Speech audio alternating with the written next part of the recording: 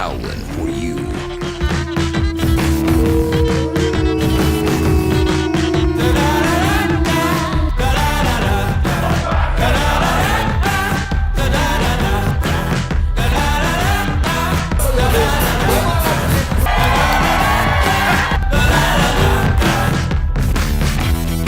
Welcome to another edition of WolfcastTV. The first is going to be one of my favorites, I already know.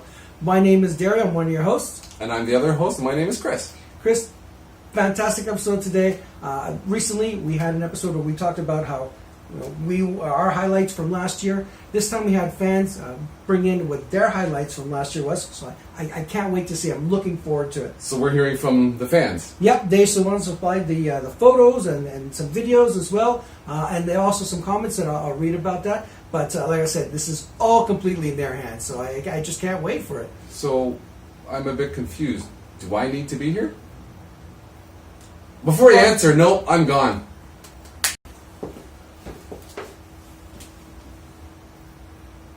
That works.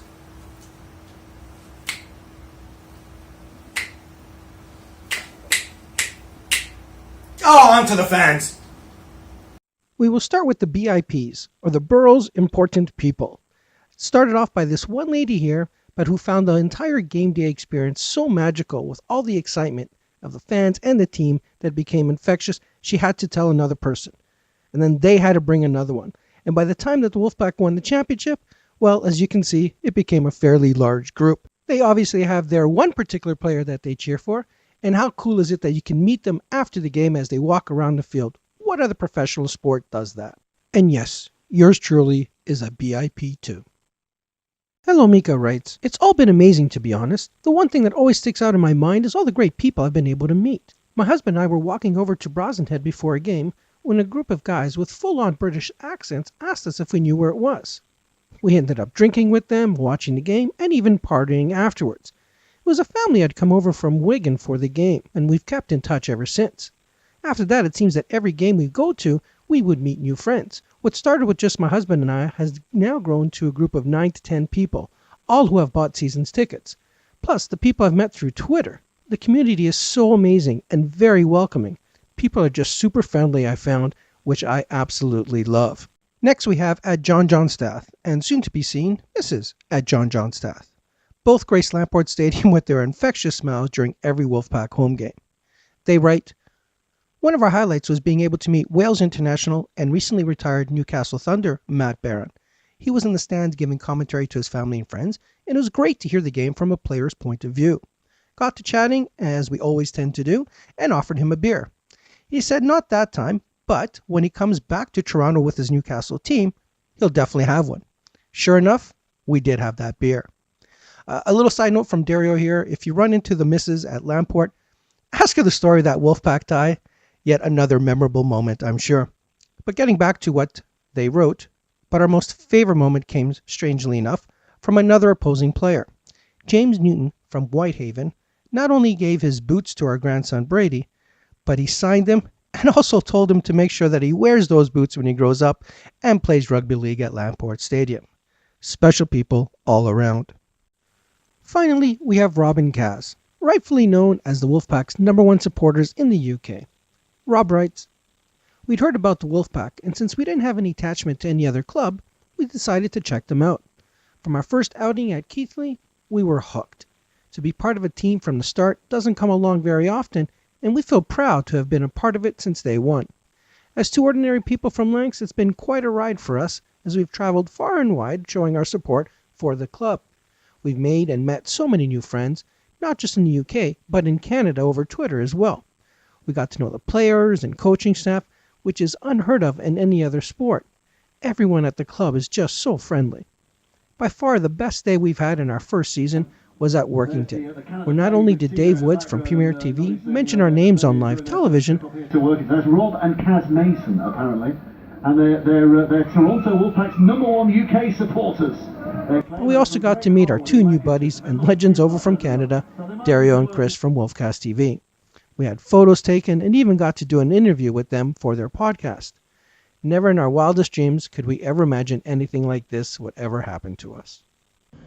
Legends? Really?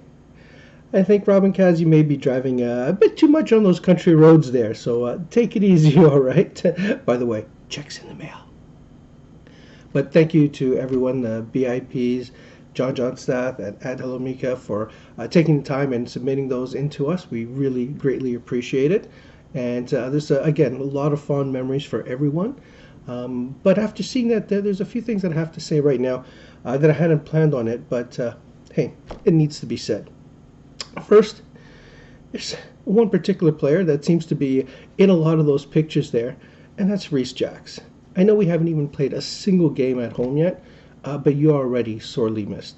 Your participation with the crowd was fantastic, as is quite evidently seen there, and we miss you. Hopefully one day soon, you'll be back in the Toronto Wolfpack jersey once again. And there's another group of people that were also in a lot of those pictures there, and that was the Wolfpack Pack. They provide a lot of entertainment, help that game day experience at the Lamport Stadium. Can't thank those lads enough. These guys are fantastic, whether it's with taking pictures with kids, with adult kids.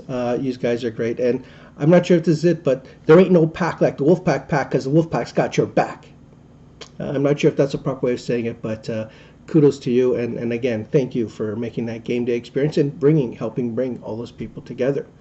And I guess that goes back to the organization itself in the Toronto Wolfpack. Yes, you brought in the sport of rugby league back to Toronto, or to Toronto for the first time, and we can't thank you enough of it, but I don't think any of us here expected that particular sport would unite all of us together as much as they did. Yeah, you know, we're talking about not only fans getting together, but the players with the fans, opposing players, opposing fans. It really is one big festival that happens every single Saturday when there's a game, and it's a phenomenal experience for anybody to venture. If you haven't yet, please take the time. You won't regret it. And I think this goes back to finally all of our detractors in the UK. And I specifically say the UK because this is where it seems to come from. Not that I want to pick on you, but he keeps saying that, you know, oh, Toronto Wolfpack, and you criticize this for one thing and criticize this for another. And you know what? You're right. You know, we don't have the history that you do. For example, the Wolfpack are playing the Swinton Lions this weekend. Swinton Lions, that club is older than our country. And there's no way we're going to be able to make up that history. You know, there's no way we're going to be able to have any connection in terms of to the George Hotel where everything rugby started. So, yes, stop bitching about that. But what we can do, and what we have done, if you've taken the time to notice over the past year, is that we've brought a certain level of excitement back into the game. Now, I don't know if it's because you've had rugby league for decades and decades, and you know, sometimes when you're with something good, you kind of take it for granted. But we've just fell in love with it. And one of the things that I've noticed that the Wolfpack organization as a whole, I'm not just talking management and players, but fans as well, we're bringing back this passion that, you know what, it's okay to like rugby league. It's okay to love rugby league and talk about it. You look at last year in terms of what happened after a couple members of the York City Knights had come to Toronto and see what we've done here, and they said they wanted to bring that excitement back to there. And sure enough, they had one of their biggest crowds in the past 10, 15 years. So again, it's a thing let's help build this momentum. Swinton Lions are doing a great job right now of promoting this game against Toronto. First time Toronto's going to Swinton, and it is a big deal.